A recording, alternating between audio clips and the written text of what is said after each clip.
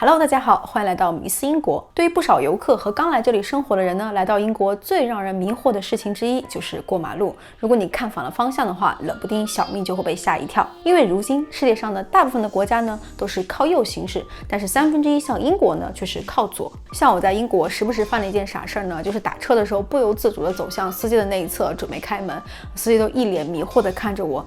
你要我把钥匙给你吗？所以我心头总有一个疑问，为什么英国跟大多数的国家背道而驰？难免想发出那句著名的疑问Why the Brit don't drive on the right side？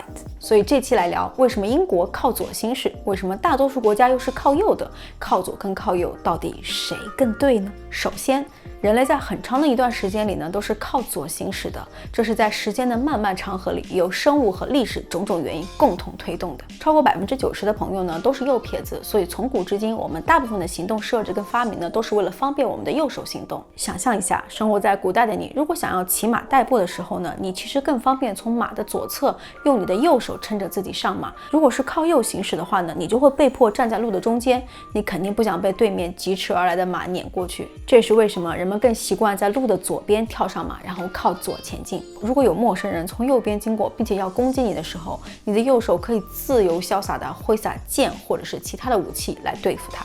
你看，对我们来说，靠左行驶比靠右行驶似乎听起来更有意义，不是吗？罗马帝国呢也同意英国的观点。考古证明，罗马的士兵呢基本上都是靠左前进的。所谓条条大路通罗马，条条大路靠左行。英国的道路在很大程度上受到了罗马的影响，因为在公元43年到公元410年，罗马人征服统治不列颠岛期间，他们在此建立了著名的道路网络。既然靠左行驶听起来这么顺其自然，为什么世界上大多数的国家现在又是靠右行驶的呢？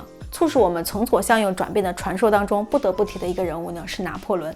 传说中拿破仑呢是左撇子，他非常喜欢靠右走。骨子里的拿破仑情节让这个立志要建立最伟大帝国的人认为必须要摆脱罗马靠左行驶的风格，将靠右行驶这个正确的方式推广到自己征服土地的每一个人那里，所谓的新帝国新规则。听起来这个故事有点说服力哈，但是事实上从靠左向靠右的转变在拿破仑出生之前就已经开始了。促使转变有一个实际的原因，马车。随着运输货物的大型马车呢，在欧洲逐渐流行起来。马夫通常坐在左后方，方便右手鞭打和控制所有的马。既然马夫坐在了左边，那么靠路的右边行驶显然更合理一些，因为这样更方便他判断从对面过来的车和人。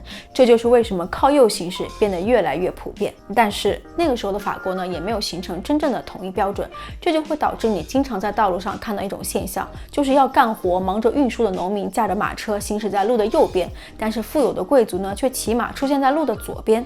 当农民跟贵族正面相遇的时候，不管你的马车有多么的笨重，农民都得让路。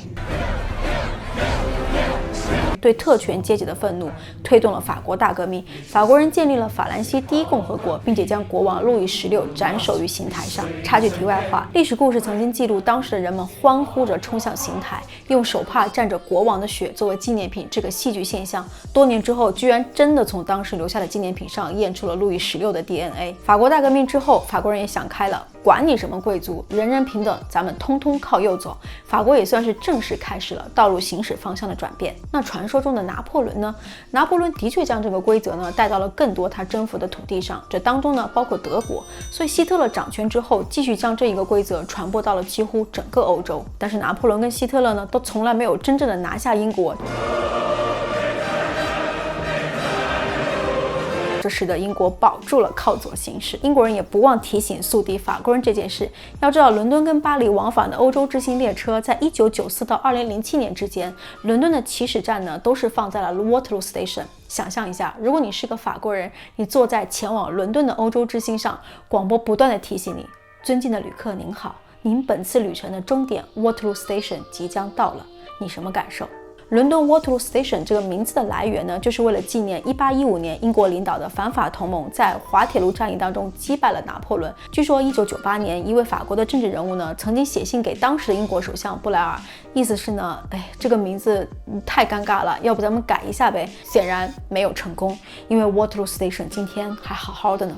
说回马车带来的转变，英国的道路呢一直都更为窄小，所以对于这种需要用到多匹马的马车运用率并不高。18世纪的伦敦由于交通拥堵，还通过了一项法律，要求伦敦桥上所有的马车必须靠左行驶，以减少碰撞。这一规定也被纳入1835年的公路法，并且在整个大英帝国被采用。19世纪初，当法国跟英国忙于殖民世界的时候，他们也影响了更多国家交通规则的建立。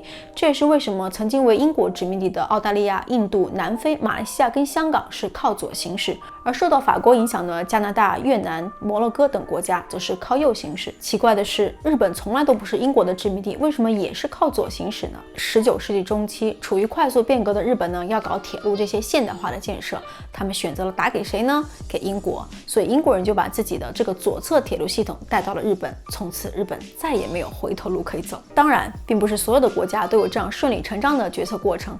20世纪欧洲曾经有过一场统一道路法规的运动，最后一个从靠左行驶向靠右转变的是瑞典人。他们在1967年的9月3日一夜之间勇敢地做出了改变。凌晨的4点50分，瑞典所有的路面上的街道呢，在停了10分钟之后重新启动，切换成了靠右行驶。当然，也有国家呢是从右转向左的。2009年，萨摩亚这个靠近澳大利亚的小岛啊，为了从靠右行驶转向靠左行驶的期间保证人们的安全，政府决定呢禁止酒类销售3天。促使他们转变的原因非常简单，因为这样一来，他们就可以从靠左行驶的邻居澳洲和新西兰那里买到便宜的二手车了。搞明白了英国人为什么靠左走，我也大概清楚了为什么大多数国家呢是靠右。我又好奇了，靠左跟靠右行驶到底谁更好呢？不然咱们来比一比吧。我先试着从人类特征上找找答案。就像90%的人是右撇子，超过2/3的人都是右眼占主导地位的。驾车最重要的是防止你的车跟迎面而来的车相撞，而靠左行驶的车辆呢，它的驾驶座的设计基本上都是放在车的右边，这样似乎更合理，因为可以方便你的右眼更好的跟踪从右前方驶来的车。而驾驶座放在右边更安全呢，也是同样的道理。把你主导的右手放在方向盘上，你就可以一直控制车，而不是用它来换挡、调收音机、玩手机，或者是浪漫的牵牵小手。但这个呢还是有些偏理论，我好奇数据，所以我找了一个针对不同的驾驶方式的4个代表国家来看一下他们的数据对比。靠左行驶的国家代表呢是英国和澳洲，靠右的呢则是美国和德国。猜一下这4个国家哪个国家驾驶更安全？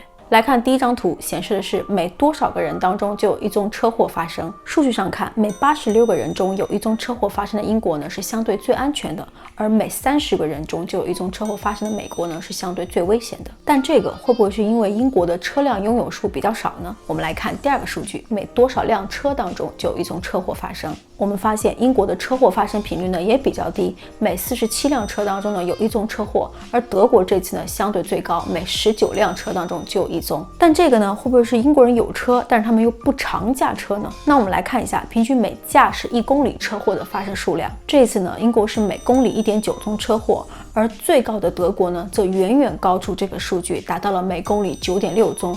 澳洲相对最安全，每公里0.8宗。在这个每公里数车祸数据的对比上呢，美国跟澳洲相对较低的原因，我猜测可能是因为他们有着更长更普遍的高速公路。那么因为车祸而意外死亡的人数呢，在每100万人和每100万驾驶英里的死亡人数这2项数据对比上，这4个国家当中，靠右行驶的德国跟美国以近乎2倍的数字远高于靠左行驶的英国和澳洲。当然，这一定不是科学的结论，因为还有很多我们没有考虑的因素，像各个国家地理啊、法律啊等各方面的不同。如果你了解更多，欢迎在留言区跟我分享。我本身呢也有一个因素可以跟大家分享一下。我先生在伦敦和加州都考过驾照，在加州考理论的时候呢，他是在去考场 DMV 的路上呢才开始学习的。